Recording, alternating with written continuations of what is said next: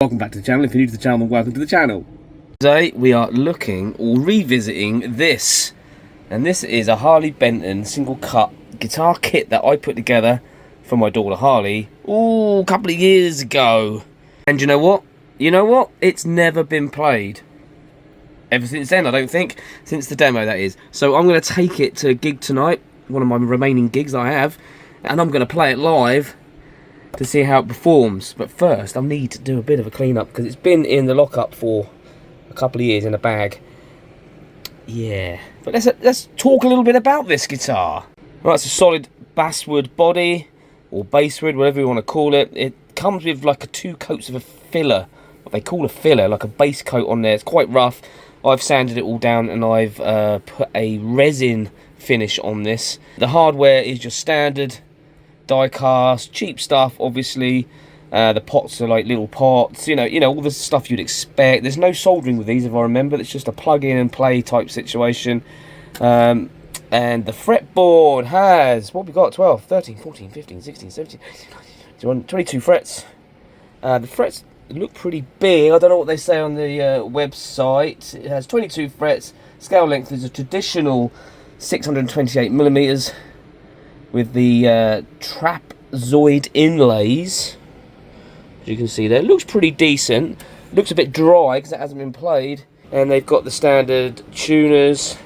Looks like this. Got what, 3-piece, I think. Hard to see in the light, but I think it's 3 pieces. The neck is really actually nice, to be fair. It's got a few dings in it. I don't know how. It's a 2-piece neck. And there's your tuners. All the usual stuff. So it seems it's got the stickers still on the thingy.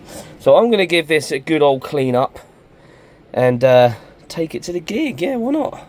There you go. I just pulled the stats up for you. Bolt on neck. The body is Rengus wood. I think this one was based basswood back in the day. Arched maple top, amaranth fretboard. 628mm scale length, 22 frets. Nut width is 42mm. Got a truss rod, of course, 2 humbuckers, 2 volume, 2 tone, 3-way switch, hardware chrome. There you go. Comes with 10 gauge strings, die cast machine heads. It says it's been primed with pore filler and therefore suitable for direct painting or staining or other finishes. There you go. Alright, the action is a little high and there's a little bit too much relief in the neck. I've intonated it the best I can for now. I don't have time, I've got to get off to the gig.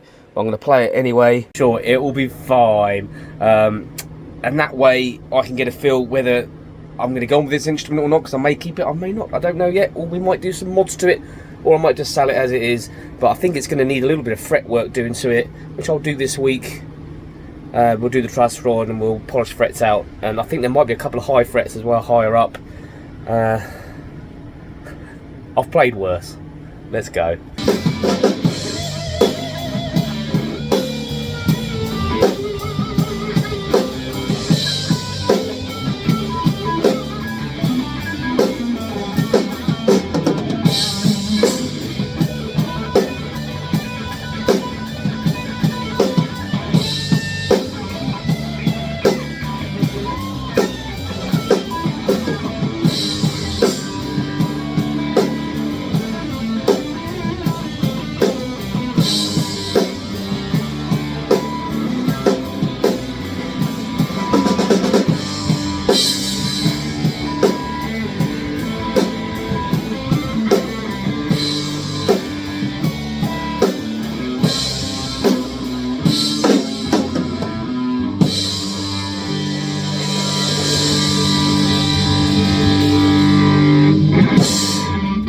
Okay, boys and girls, so it is a few days after the gig and I had to put it down after a couple of songs because it was fighting me so bad. It's got a few dead notes on it, which I did say earlier. The intonation was questionable, so some of it sounded out of tune when I was playing it, even though it was in tune, and the relief in the neck is just too much. So I'm going to give this a proper chance and give it a good setup, and then I'm going to demo it again in here with my Harley Benton DNA FX into the DAW and all that stuff for you. So first off, that relief in the neck yeah, that's pretty bad. So I'm going to address that. I'm going to address the frets. I've got my fret rocker here somewhere. I've got a fret rocker here somewhere. Don't know where. It's here somewhere. So I shall look at all the frets and level out any frets that need doing, etc, etc. I'm not going to show you the whole process because I've got videos on this, and there's tons of videos on this on the tube. Anyway, obviously it will all have a fret polish as well, and we'll condition the neck and everything, and it will be pucker, right? So just adjusting the truss rod has made a huge bit of difference. You can hear them dead notes. Well, they're not dead, but they're kind of choking a bit. But that's made so much difference just adjusting the truss rod. So we've got that where I want it. Let's rocker the frets, shall we?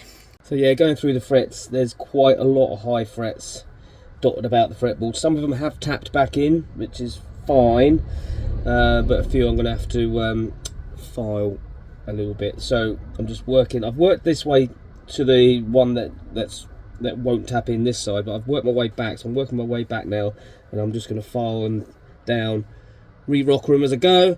Like I said, you don't need to see it. So now all the high frets taken care of, truss rod's taken care of. I've put some fretboard conditioner on here, just letting that soak in a bit. It was very, very dry. You can see how much darker the fretboard's gone. It's a very grainy wood. I don't know if you can see. I'll give you a close-up in a sec. I'm just going to let that soak in a little bit. I'll polish that out, and we'll re-string it up and give it a go. But that basically should have took care of everything.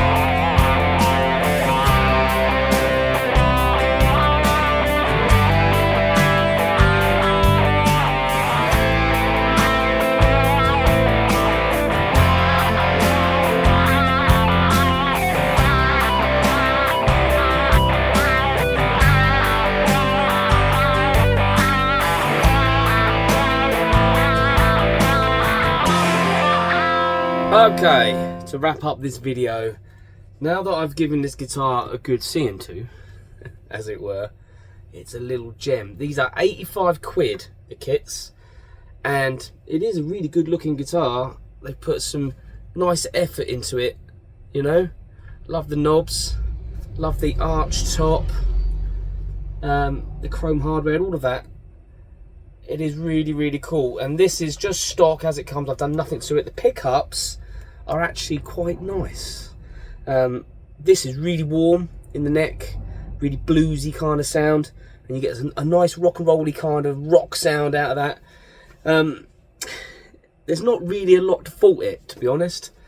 Just make sure that you get it set up, or you set it up if you know how, or if you don't know how, then it's a great guitar to learn how to do it, if you know what I mean. You can practice on it because it's so inexpensive. And yes, you can gig it, I reckon, even though when I did take it to the gig I couldn't really, but that was my fault because I left it in a shed for, well, not a shed, in a garage for 2 years in a gig bag, and then just took it out. You wouldn't be able to do that with any guitar, to be honest, but you know, I tried my luck. But now I've had a go at it. It's really nice, and we were going to do some mods to it, but I think I'm just going to leave it as it is, to be honest, because it's a really enjoyable instrument to play. Just chuck some new strings on it, which I haven't done, but I do have another guitar I'm going to be doing some mods on, which is also a Les Paul type guitar, but that will be in another video. So I'm going to end it there. I think I'm falling in love with the Les Paul. Who knew? Anyway, don't forget to like, comment, subscribe, and all that good stuff. And I'll say peace till next time. Here's the jingle. 1, 2, 3, 4. If you like my YouTube show, hit like and comment and get involved. If you dig my vibe, then hit subscribe and never miss an episode of my YouTube show.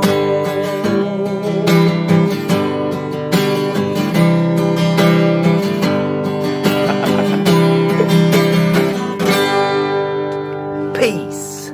Till next time.